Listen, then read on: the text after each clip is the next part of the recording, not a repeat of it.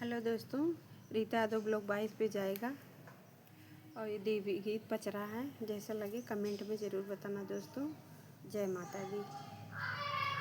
बरहो बरिस मैया कमरों में रहनी है, कमर के लोगवा दर्शनवा नाही पावे है, कमर के लोगवा दर्शन तो पावे मैया मलिया के छोकड़वा है, सबेरे भोरे ना गजड़ा लाई के चढ़ावे है, सबेरे भोरे ना बरहो बरिस मैया कमरों में रहनी है, कमर लोगवा दर्शनवा नाही पावे, कमर के लोगवा दर्शन तो पावे मैया बहिरा के छोकड़वा है,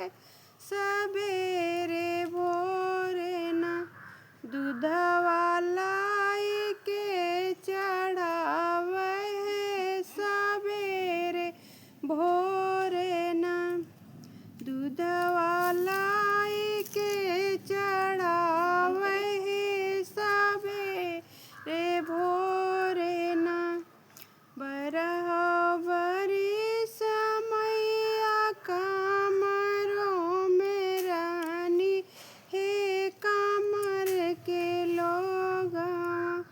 दर्शनवा नाही पावे है, कमर के लोगवा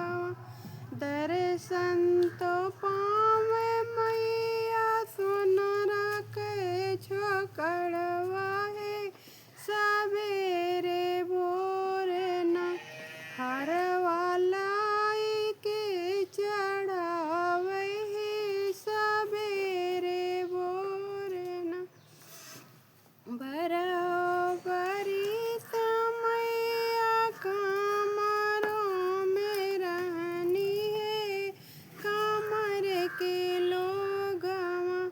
दर्शनवा नाही पावे है,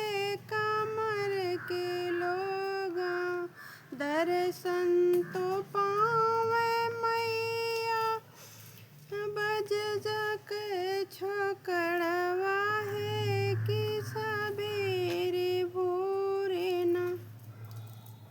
चुनरी लाई के चढ़ावे है, सबेरे भोरे ना चुनरी लाई के चढ़ावे है, सबेरे भोरे ना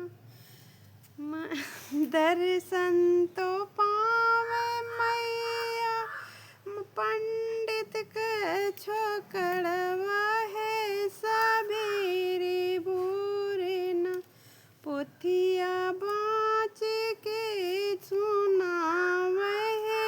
सबेरे भोरे ना पोथिया बाँच के सुनावे है, सबेरे भोरे ना बरहो